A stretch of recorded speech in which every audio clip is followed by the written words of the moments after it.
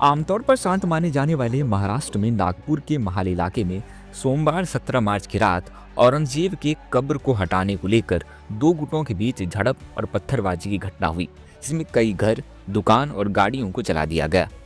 देश में जब से विकी कौशल की फिल्म छावा को सिनेमाघरों में रिलीज की गई है, तब से ही महाराष्ट्र समेत देश भर में औरंगजेब को लेकर नया विवाद चल रहा है। इस विवाद को हवा तब मिली जब समाजवादी पार्टी के विधायक अबू आजमी ने औरंगजेब के समर्थन में बयान दिया। आजमी के बयान के बाद ही औरंगजेब को लेकर देश भर में अलग अलग बयान आ रहे थे। भाजपा के कई सारे नेताओं के साथ ही हिंदूवादी संगठन औरंगजेब की कब्र को हटाने की मांग भी कर रहे थे। कब्र हटाने की मांग के बाद जिस तरह का तनाव देश में खासकर महाराष्ट्र में पैदा हुआ, उससे यही संकेत मिल रहे थे कि ये तनाव हिंसा का रूप जरूर लेगी, और नागपुर में 17 मार्च की रात को यही हुआ। वहीं इस घटना के बाद महाराष्ट्र के मुख्यमंत्री देवेंद्र फडणवीस ने लोगों को शांति बनाने की अपील भी की। नागपुर के महल इलाके में जिस प्रकार से तनाव की स्थिति निर्माण हुई, ये बहुत ही निंदनीय है। जिस प्रकार से कुछ लोगों ने पत्थरबाजी की है, पुलिस पर भी पत्थर फेंके हैं, ये बिल्कुल गलत है। मैं स्वयं इन सारी घटनाओं पर नजर रखकर हूँ। मैंने पुलिस कमिश्नर को ये कहा है कि कानून व्यवस्था बनाने के लिए जो भी कड़े से कड़े कदम उठाने की आवश्यकता हो उठाए जाए और शांति को बनाया जाए। अगर कोई दंगा करता है, कोई पुलिस पर पत्थर फेंकता है, कोई समाज में तनाव निर्माण करता है, तो ऐसे सभी लोगों के ऊपर कड़ी से कड़ी कार्रवाई की जाए।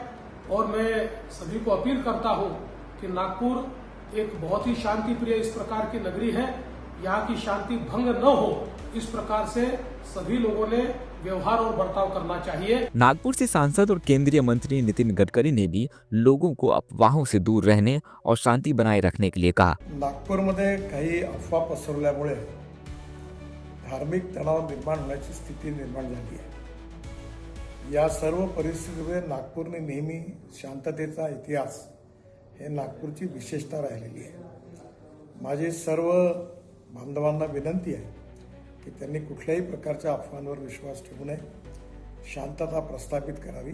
इन बयानों के अलावा एक बयान और आया जिसने इस हिंसा के पीछे साजिश को इशारा किया।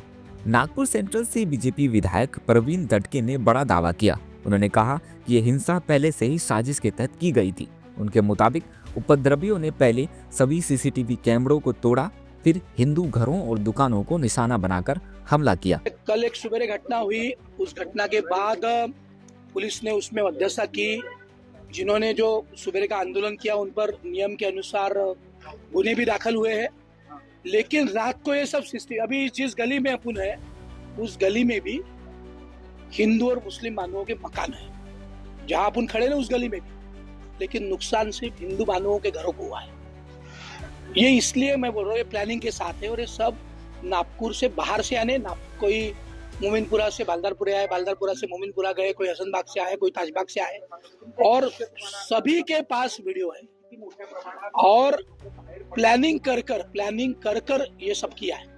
इन बयानों के बाद दो तीन सवाल यहाँ खड़े होते हैं कि क्या इस हिंसा के पीछे कोई साजिश थी, और आज़ादी के 75 साल बीतने के बाद भी अगर हम यूं ही धर्म के नाम पर आपस में लड़ते रहे तो क्या प्रधानमंत्री मोदी का 2047 तक विकसित राष्ट्र बनाने का सपना पूरा हो पाएगा? आप इस पूरे मामले को लेकर क्या सोचते हैं? अपनी राय हमें कमेंट बॉक्स में जरूर बताइएगा। जय हिंद।